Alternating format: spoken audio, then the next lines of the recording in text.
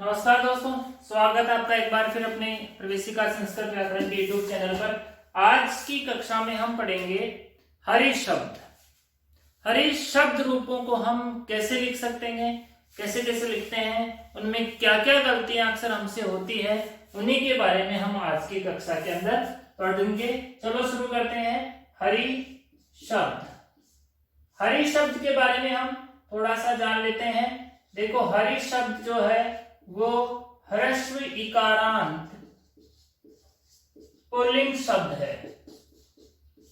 ह्रस्व इकारांत पुल्लिंग शब्द। ह्रस्व का मतलब हो गया छोटा, इकारांत मतलब ई अंत में। तो यहाँ पर जो ये शब्द रूप है इसके अंत में ई है और ये ह्रस्व इकारांत पुल्लिंग प्रकरण के अंदर चलने वाला शब्द है। राम शब्द के बाद में अगर प्रवेशिका व्याकरण में कोई मोस्ट शब्द रूप है तो वो है हरि शब्द। हरि शब्द के सभी रूप जो हैं सातों विभक्तियों संबोधन सहित सभी विभक्तियों में प्रथमा, एकवचन, द्विवचन और बहुवचनों के अंदर यहाँ पे चलते हैं। सबसे पहले प्रथमा, द्वितीया, तृतीया, चतुर्थी, पंचमी, षष्ठी, सप्तमी और संबोधन। यहां पे हो जाएगा इनका एक वचन, द्विवचन और बहुवचन। सबसे पहले हरि शब्द को जब हम यहां पर शुरू करते हैं तो प्रथमा के एक वचन में इसका रूप बनता है हरि ही। हरि ही बनता है। हरि ह्रस्व इकारांत और विसर्ग। इसके अंदर जो शुभ प्रत्यय होता है वो शुभ प्रत्यय यहां पर होता है प्रथमा एक वचन में शु प्रत्यय। द्वितीय प्रथमा के द्विवचन में जो रूप बनता है वो बनता है हरि। देखो यहाँ पर और यहाँ पे थोड़ी सी डिफरेंट है। यहाँ पर जो जी ई था वो ह्रस्व ई था और यहाँ पर जो ई है वो दीर्घ ई है। बड़ा ई यहाँ पर आ गया है, ना ही इसके यहाँ पर कोई विसर्ग है। और इसमें जो सुप्रत्यय होने वाला है वो सुप्रत्यय है औ प्रत्यय। प्रथमा बहुवचन में जो रूप बनेगा वो बनेगा हरयः और हरयः के अंदर जो प्रत्यय होगा वो है जस प्रत्यय। तो ये प्रथमा के एक वचन, द्विवचन और बहुवचन में बनने वाले रूप हरि, हरि और हरयः है। द्वितीय के एक वचन में जो रूप बनेगा वो यहाँ पे बनेगा आमी पूर्व से पूर्व रूप होकर के हरिम। इसमें जो सुप्रत्यय होगा वो है अम। उसके बाद में यहाँ पर भी यही हरि बनेगा। वो जो सेम प्रथमा द्विवचन में बनता है वो ही यहाँ पर बनता है और यहाँ पर भी जो प्रत्यय होगा औट प्रत्यय होगा जिसके टैकी हलंतम से इत संज्ञा हो जाती है। अब द्वितीय के बहुवचन में जो हरि शब्द से बनने वाला रूप है वो रूप यहाँ पे बनता है हरिन। कौन सा रूप बनता है यहाँ पे? हरिन।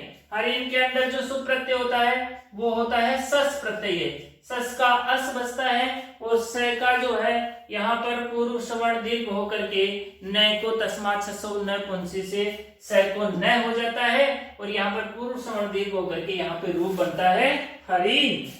अब चलते हैं तृतीया के एक वचन में जो रूप बनता है यहाँ पे वो रूप बनता है हरिना। इसके अंदर जो प्रत्यय होगा वो प्रत्यय होता है टा प्रत्यय। तृतीया के द्विवचन में जो रूप बनेगा वो बनेगा हरिभ्याम। सीधे सीधे बन जाएंगे हरिभ्याम।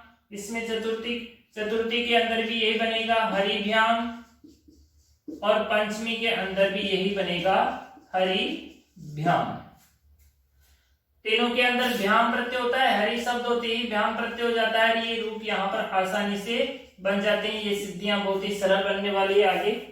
हरिभ्याम तृतीय बहुवचन में बनेगा हरि बिहि।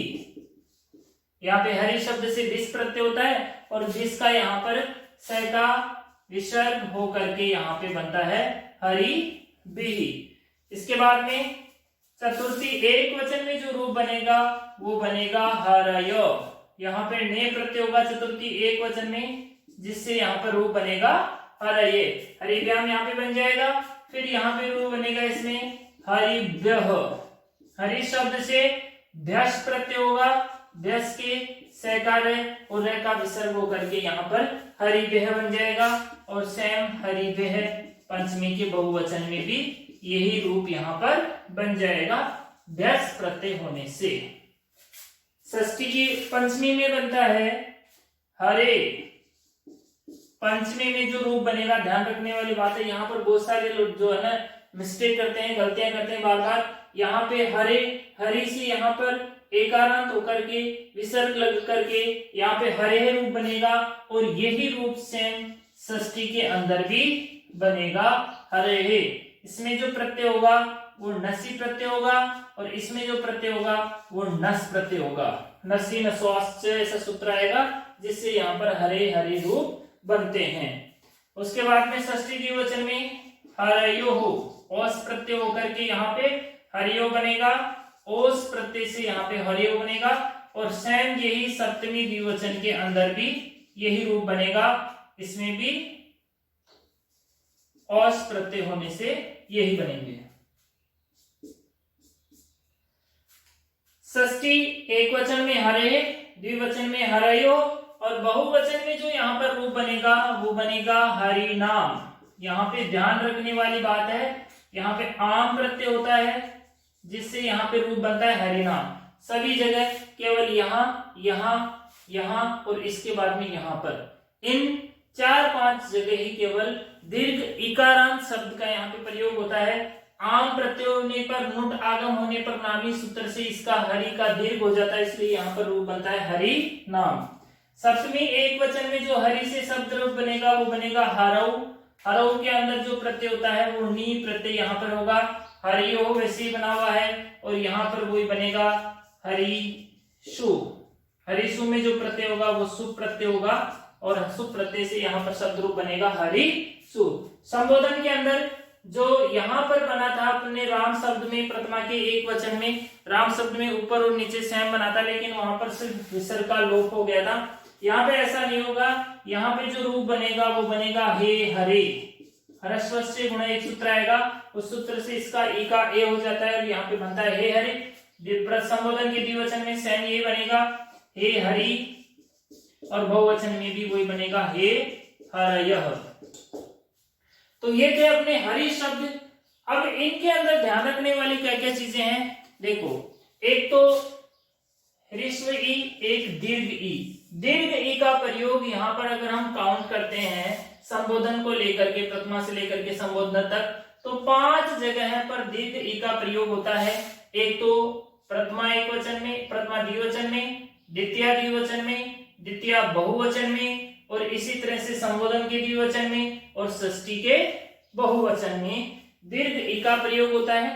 बाकी सभी जगह ह्रस्व ई का ही प्रयोग होता है। तो हम हरि शब्द याद रखते हुए हमारे को ये अच्छे से याद होना चाहिए कि हमें दीर्घ ई कहाँ प्रयोग में लेना है और ह्रस्व ई कहाँ पर प्रयोग में लेना है। देखो इनमें तो क्या होता है, हरि प्लस हरि होता है। यहाँ पर जो है नादीची से पुरुष वर्ण का दीर्घ होकर के अकार सवर्ण से दीर्घ हो जाता है, यहाँ पे हरि हरि बनता है। और यहाँ पर पुरुष वर्ण होता है, प्रथम पुरुष वर्ण से यहाँ पे नामी से दीर्घ हो जाता है, जो यहाँ बनता है वही यहाँ बनता है। इस तरह से यहाँ पर सिर्फ केवल 5 जगह दीर्घ ई का प्रयोग होता है। दूसरा जो हम देखेंगे विसर्ग। विसर्ग प्रथमा के एक वचन में विसर्ग है, बहुवचन में भी विसर्ग है। उसके अलावा जो है हरिभी, हरिभ्य, हरिभ्य यहाँ पे बहु विसर्ग लगा हुआ है। पंचमी और षष्ठी के एक वचन में विसर्ग लगा हुआ है। षष्ठी द्विवचन, सप्तमी द्विवचन में विसर्ग है, और अंत में जो है यहाँ पर भी हरयः संबोधन के बहुवचन में भी विसर्ग लगा हुआ है। तो इन शब्द रूपों को आप अच्छे से याद कर लें, स्क्रीनशॉट ले लें अपनी नोटबुक में, सुप प्रत्ययों सहित इनको अच्छे से उतार ले। आपको अच्छा लगा हो लाइक करें, कमेंट अवश्य करें। आपकी क्लास कैसी लगी हो। थैंक्स, धन्यवाद।